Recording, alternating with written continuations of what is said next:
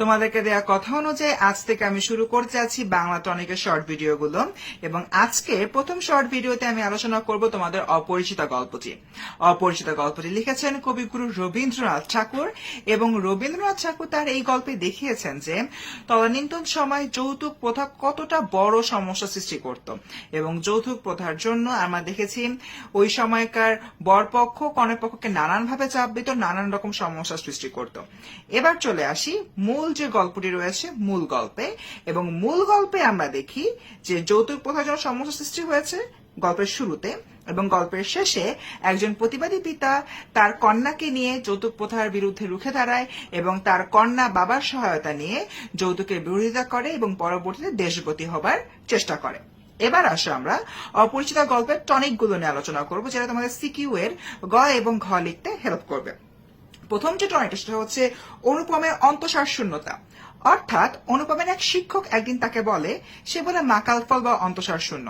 আমাদের এই গল্পের নায়ক অনুপম দেখতে সুদর্শন হলেও তার ভেতরে নিজের কোনো গুণ ছিল না, সে নিজেকে প্রকাশ করতে পারতো না, নিজের কোনো বক্তব্য পেশ করতে পারতো না, তাই তাকে বলা হয় অন্তঃসার শূন্য, এবং এটি কিন্তু আমাদের সিকিউতে আসলেও আসতে পারে। এরপর রয়েছে 2 নাম্বার অর্থের অহংকার। কার অর্থের অহংকার? অবশ্যই অনুপমের মামার অর্থের অহংকার। কিভাবে?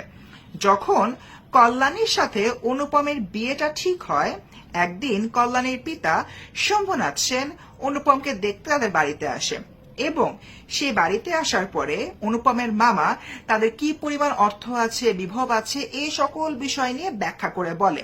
এবং যখন শম্ভুনাথ সেন ফিরে যেতে নেয় তখন কিন্তু অনুপমের মামা শম্ভুনাথ সেনকে বিদায় দিতে বাড়ির নিচতলা পর্যন্ত আসে না। ঠিক এরকম একটা জায়গা থেকে আমরা বুঝতে পারি অনুপমের মামার অনেক বেশি অর্থের অহংকার ছিল। নাম্বার 3, কন্যা দায়গ্রস্ত পিতাকে অবজ্ঞা করা। এই যে অর্থের অহংকার, তার কারণে অনুপমের মামা কিন্তু কন্যা দায়গ্রস্ত পিতা আমাদের শম্ভুনাথ সেন রয়েছে তাকে অবজ্ঞা করেছে বা অপমান করেছে। এর পাশাপাশি আমরা দেখি অনুপমের মামা এমন ফ্যামিলি চাইতো যে ফ্যামিলিতে অনুপমকে বিয়ে দিলে অনুপমের জন্য তার শ্বশুর বাড়ি প্রচুর পরিমাণ অর্থ যৌতুক হিসাবে দিবে, নাম্বার 1, কিন্তু তার বিপরীতে অত অর্থ থাকা যাবে না যেটা হচ্ছে অনুপমের অর্থের পরিমাণকে অনেক বেশি ছাড়িয়ে যায়।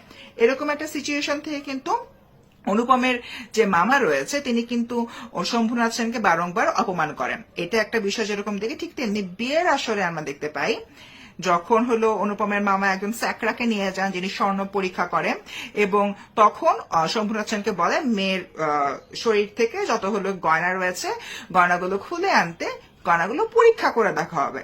এটা কিন্তু শম্ভুনাথ সেনের জন্য খুবই অপমানজনক একটা বিষয় ছিল এবং এই কাজটি কে করেছে? অনুপমের মামা। এরপর নাম্বার 4, যে শম্ভুনাথ সেনের আত্মমর্যাদা। অনুপমের মামার এই ধরনের আচরণ দেখে শম্ভুনাথ সেন পরবর্তী সিদ্ধান্ত নিল তার মেয়েকে বিয়ে দিবে না। তাই ওই বরযাত্রী সবাইকে সে খাইয়ে দেয়, বিয়ের যে খাবার সেটা খাইয়ে দেয়, কিন্তু মেয়েকে আর বিয়ে দেয় না।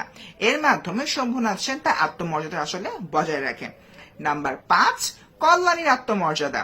দেখো, শম্ভুনাথ সেন তার আত্মমর্যাদা দেখিয়ে বিয়েটা ভেঙে দিয়েছে এবং কল্যাণী এটাকে মাথায় রেখে বাবাকে সাপোর্ট দিয়েছে এবং পরবর্তীতে নিজেকে গড়ার পেছনে সে সময় দিয়েছে। এটা আমরা কিন্তু সম্পূর্ণ গল্পে দেখতে পাই।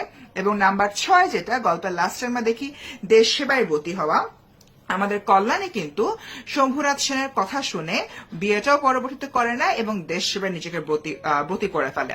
শুধুমাত্র তাই না, অনেক দিন পরে অনুপম যখন আবারও ট্রেনের মধ্যে নাটকীয়ভাবে কল্যাণী দেখা পায় এবং সে যখন জানতে পারে যে এই সে কল্যাণী যার সাথে তার বিয়ে হওয়ার কথা ছিল, তখন কিন্তু সে তার মাতুলালয় ত্যাগ করে, অর্থাৎ সেই মায়ের সাথে যে থাকতো, মামার সাথে যে থাকতো, সেটা ত্যাগ করে কল্যাণীর সাথে থাকা শুরু করে। বিয়ে যদিও হয় না, কিন্তু কল্যাণীকে তার যে কাজ রয়েছে, কল্যাণী যে দেশবতী হয়েছে, সে সকল কাজে সাহায্য করতে থাকে।